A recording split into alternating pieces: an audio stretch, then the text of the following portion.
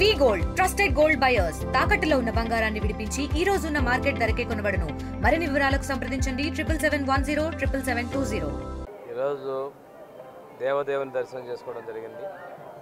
ముఖ్యమంత్రి గారికి రాష్ట్ర ప్రభుత్వానికి ఈ అభివృద్ధి చేసేందుకు సంక్షేమాన్ని అందించేందుకు ఎటువంటి ఇబ్బందులు లేకుండా ముఖ్యమంత్రి గారి సంకల్పమైనటువంటి సర్వాంతర సాధన P4ని విజయవంతం చేసే విధంగా చేయాలని చెప్పేసి మనస్ఫూర్తిగా ప్రార్థించాను. అదేవిధంగా నా శాఖలో సంబంధించినటువంటి సంక్షేమం అభివృద్ధి విషయంలో కూడా నిధులు ఎటువంటి ఇబ్బందులు లేకుండా పూర్తిగా అభివృద్ధి చేసే విధంగా దేవుని ఆశీస్సులు కోరుతున్నానండి. ఎన్డీఏ ప్రభుత్వం వచ్చిన తర్వాత సంక్షేమ రంగంలో పెద్దపీట వేసిందండి. అది ఎస్సీ వెల్ఫేర్ కావచ్చు, ఎస్టీ వెల్ఫేర్ కావచ్చు, బీసీ మైనార్టీ వెల్ఫేర్ కావచ్చు. ఎప్పుడూ లేని విధంగా సోషల్ వెల్ఫేర్ డిపార్ట్మెంట్లో దాదాపుగా 310 కోట్ల రూపాయలని అభివృద్ధికి మేము ఇచ్చడం జరిగింది.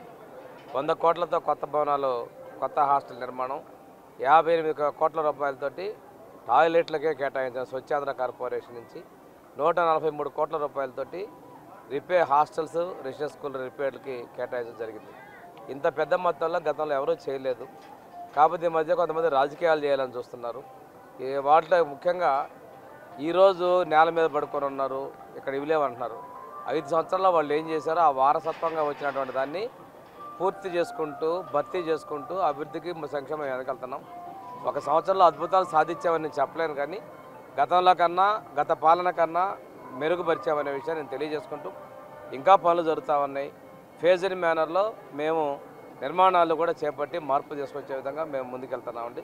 ఈరోజు నాణ్యమైన బియ్యం హాస్టల్స్లో, రెసిడెన్స్ స్కూల్లో మధ్యాహ్న భోజనాలు కూడా ఇస్తున్నాం. ఇవన్నీ కూడా ఈ ప్రభుత్వం పేద విద్యార్థుల పట్ల, పేదల సంక్షేమ పట్ల చెప్తుందని తెలియజేస్తాం. For latest updates on India-Pakistan tensions, download RTV Live app.